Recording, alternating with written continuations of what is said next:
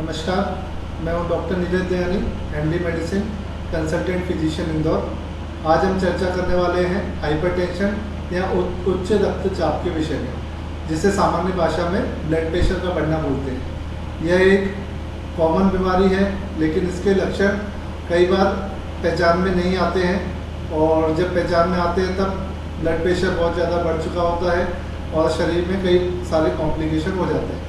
तो हाइपरटेंशन क्या होता है? हाइपरटेंशन मतलब ब्लड प्रेशर का बढ़ना। ब्लड प्रेशर के दो डिवीज़न होते हैं, एक सिस्टोलिक ब्लड प्रेशर, एक diastolic blood pressure. Blood pressure वो है जो हमारी धमनियों में बहने वाले रक्त से जो दबाव उत्पन्न होता है उसे ब्लड प्रेशर कहते हैं। सामान्य भाषा में इसे ब्लड प्रेशर और बढ़ना इसका हाइपरटेंशन कहलाता है। सिस्टोलिक जिसमें ऊपर का ब्लड प्रेशर और डायस्टोलिक मतलब नीचे का blood pressure. Upper value is systolic blood pressure and lower value is diastolic blood pressure. Normal value क्या होती है? Normal value systolic blood pressure की 90 से 120 के बीच में और डायस्टोलिक ब्लड प्रेशर की 60 से 90 mmHg के बीच में होती है।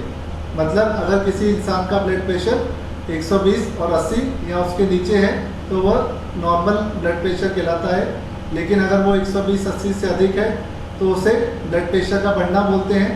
जब वो ब्लड प्रेशर 140 और 90 के ऊपर चला जाता है तब उसे हाइपरटेंशन या उच्च रक्तचाप कहा जाता है। तो उच्च रक्तचाप वैसे तो बड़ी ख़राब बीमारी है, लेकिन बहुत कॉमन है। आज हम देख रहे हैं कि यंग एज में भी हाइपरटेंशन बहुत कॉमनली देखने को मिल रहा है। हमारे पास कई बार पेशेंट ओपीडी में आते हैं जिनको कोई और तकलीफ़ होती है, वो सर्दी खांसी बुखार के लिए या किसी और तकलीफ़ से आते हैं, मगर जब हम उनका ब्लड प्रेशर देखते हैं तो उनका ब्लड प्रेशर बढ़ा हुआ मिलता है। तो ब्लड प्रेशर बढ़ने के क्या कारण हैं, क्या रिस्क फैक्टर हैं जिससे ब्लड प्रेशर बढ़ता है?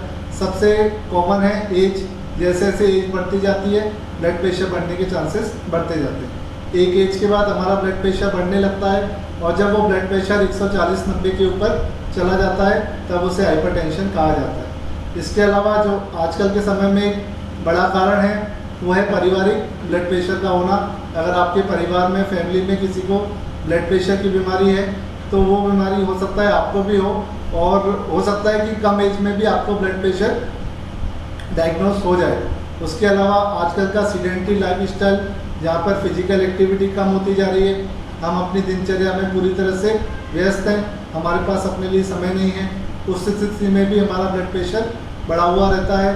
और उसके अलावा मोटापा एक बड़ा कारण है, और साथ ही साथ डायबिटीज़ और थायराइड या फिर कोलेस्ट्रॉल का बढ़ा हुआ होना, ये सारे कारण भी ब्लड प्रेशर के लिए जिम्मेदार हैं। इसके अलावा अगर हम नशे में हैं, हम अल्कोहल का सेवन करते हैं, गुटखा तंबाकू या स्मोकिंग करते हैं, तो ये सारे कारण भी ब्लड प्रेशर को बढ़ाने में अपना योगदान निभाते हैं। तो ब्लड प्रेशर के लक्षण क्या हैं और कैसे उसे पहचाना जा सकता है?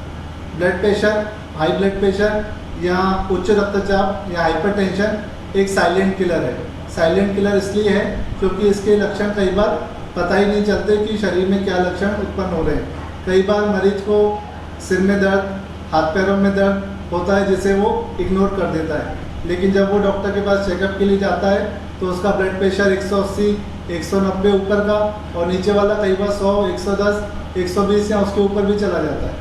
तो इतना हाई ब्लड प्रेशर जीवन के लिए बहुत ही खतरनाक है, क्योंकि हार्ट अटैक आने का और लकवा होने का ये बड़ा ही रिस्क रहता है हाइपरटेंशन में, इसलिए इसको साइलेंट किलर कहा जाता है। तो उसको रोकने के लक्षण क्या हैं, कैसे अपन इसको कंट्रोल में ला सकते हैं?